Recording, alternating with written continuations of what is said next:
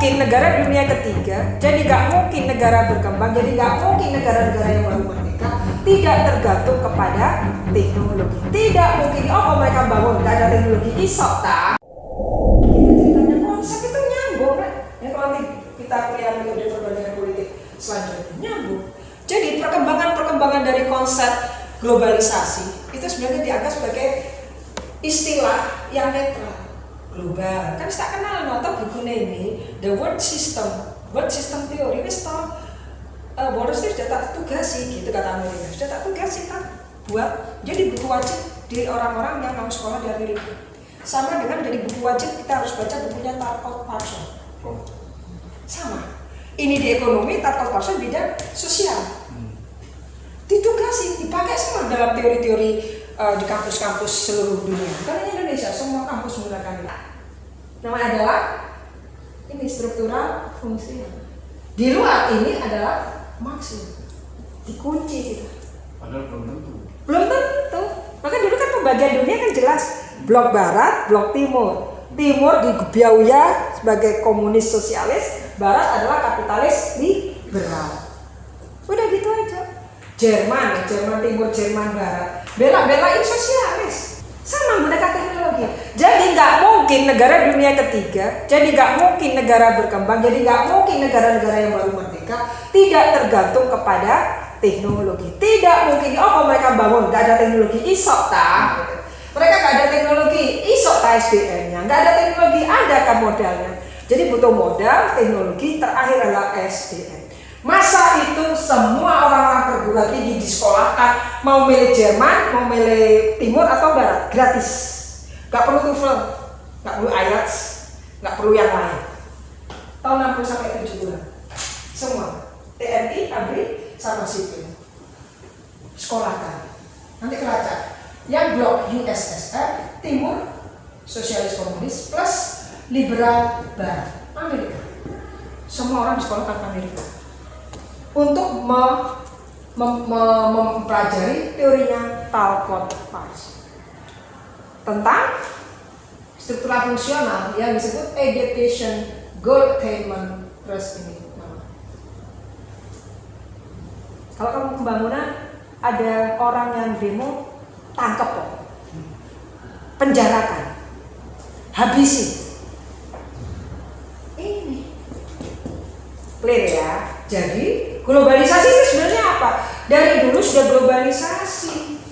Globalisasi adalah integrasi negara plus juga negara bangsanya dengan tatanan-tatanan berintegrasi, ekonominya integrasi, sosialnya integrasi, budayanya. Nah di sini muncul sekarang banyak ya varian-varian. Kalau di ilmu yang lain ada cultural studies. Ya, kalau dulu zaman kita kan rock kan nggak boleh, orang anggapannya nggak boleh. Ya. Nggak ada yang zaman dulu. Sekarang boleh, LGBT deh sekarang malah boleh. Global, nilai global. Tapi Amerika sekarang nggak bisa menerima LGBT dan lain-lain. Ya, dengan Thailand saat ada kawin massal tentang LGBT yang daftar ribuan. Ya, itu global, lifestyle global. Orang tidak patuh pada norma-norma heteroseksual. Ya nanti kita kalau belajar, karena sudah selesai teori ya, kalau kita belajar dalam teori yang lain, heteroseksual itu adalah norma seksualitas yang universal. Yang tidak universal, LGBTIQ, queer, itu dibela juga oleh Nancy Fraser, Axel Roman, oleh kaum feminis, bela. Mereka bukan karena miskin, tapi identitasnya mereka tidak diakui. Cuma gara-gara lesbian, gara-gara waria, gak iso nyalon anggota DPR, gak iso nyalon anggota DPD, gitu loh problemnya. Real itu di Indonesia. Gak bisa. Jadi dia harus punya KTP yang menikah atau tidak menikah. Saya ini sendiri, belum PKI. PKI itu ditulis IT, X tahanan di KTP ada kode. Ya, zamannya Pak Presiden yang sebelumnya itu kan jual IT, KTP. Oh, no IT. Kayaknya dendam. Ya. Ya, tapi dia diuntungkan kan karena ada IT sok jadi presiden. Terus anak-anaknya orang PKI sok jadi anggota DPR. Ya. Jadi apa? Ada positifnya dari globalisasi. Ya, jadi nanti kita belajarnya itu ya saya buat kalau Pak Angga nanti biarlah dia membuat frame-nya sendiri, tapi kalau saya akan saya urutkan dengan frame yang sederhana. Mana globalisasi 2025. Ya, ini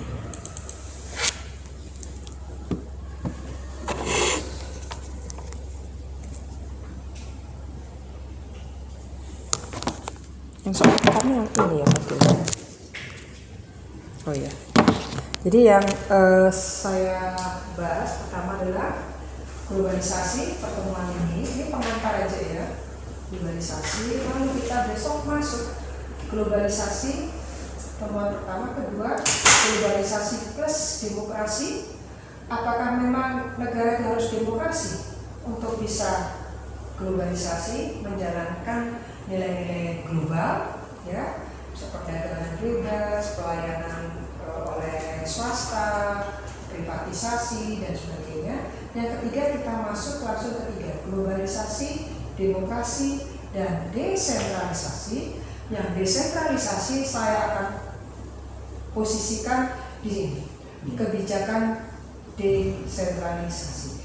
Dalam bahasanya politik disebut dengan politik desentralisasi. Politik desentralisasi itu di kita, kalau di orang administrasi publik namanya kebijakan desentralisasi. Kenapa negara menjalankan desentralisasi? Apakah baik buat satu negara? Tidak. Tapi dalam tatanan idealnya, orang-orang negara-negara wajib menjalankan desentralisasi karena itu sebagai instrumen, sebagai alat untuk memberikan pelayanan. Ya, jadi inti dari kita belajar globalisasi, demokrasi dan desentralisasinya itu ada di public services. Ya, public services. Tugasnya siapa? Tugasnya pemerintah. Maka ada desentralisasi. Dikasih desentralisasi untuk memberikan pelayanan publik. Ya, itu yang disebut dengan politik desentralisasi atau kebijakan desentralisasi. Yang paling umum kita bahasnya ada 3, desentralisasi administratif, desentralisasi politik, dan desentralisasi fiskal.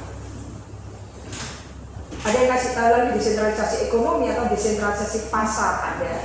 Tapi kita belajar di sini bagaimana suatu negara diberi kewenangan untuk menjalankan desentralisasi administratif dalam bentuk pendelegasian kewenangan. Lalu bagaimana negara diberi hak dalam hal desentralisasi politik, ya, untuk mengurus pelayanan publik, dan bagaimana desentralisasi fiskal di mana pemerintah daerah atau daerah yang punya otonomi itu bisa melakukan pemungutan pajak dan lain-lain. Hubungannya ada, ini mata kuliah yang bagus. Kalau dihubungkan gimana? Ada globalisasi, ada demokrasi, ada desentralisasi. Hubungannya gimana? Hubungannya? Sekarang ada bilang baik-baik aja. Hubungannya gimana? Globalisasi, kita tiba-tiba langsung globalisasi. Ya wes, langsung lagi dari atas demokrasi, lagi desentralisasi. Mana sih Bu? Pakai ini. Makanya tadi saya menjelaskan di awal. Sebelum ini ada yang mengkondisikan. Terus ini orang-orang mereka yang negara maju, kapitalis liberal, pokoknya negara-negara dunia ketiga itu harus demokrasi. Paling nggak paham Karena demokrasi itu adalah sebagai cara untuk menerapkan kapitalis, membangun sistem kapitalis. Ya, kalau demokrasi, sehingga dari undang-undang nanti undang investor sok mereka DPR. Jadi, sistem demokrasi. Sama, kita harus demokrasi. Jangan presiden yang buat undang-undang. Ya. Jadi harus ada DPR. Ada DPRD. Nanti buat undang-undang di daerah, ada buat perda supaya ngatur. Jadi ini ada untuk menjalankan mandat globalisasi. Nama lain globalisasi adalah neoliberalisasi atau kapitalisasi semua sektor kehidupan. Jadi intinya pada kapital. Kalau nggak punya kapital, ya nggak bisa bangun. Harus teknologi, iya. Kalau nggak punya teknologi kita nggak bisa menyelenggarakan pembangunan. Tapi di sini ada batasnya yang tadi saya bilang. Kita bisa modern, kita bisa bangun, kita bisa maju, kita bisa mengejar ketertinggalan karena kita disuplai teknologi. Teknologi apa? Ngolah emas. Teknologi ngolah apa? Ngolah tambang. Teknologi apa? Ngolah minyak. Ya apa cara nyedot minyak di dalam bumi? Isok jadi minyak mentah. Terus isok jadi premium, jadi macam-macam. Kita bisa, nggak oleh. Bukan nggak bisa, nggak boleh kita membuat teknologi ngebor, nggak boleh mas. Maka ngebornya di tengah-tengah pantai ya, keren. Kita nggak boleh, bukan nggak bisa, nggak boleh. Teknologi, jadi teknologi yang menciptakan mereka, kita tergantung. Nah, terus kita dikasih bantuan, kasih modal.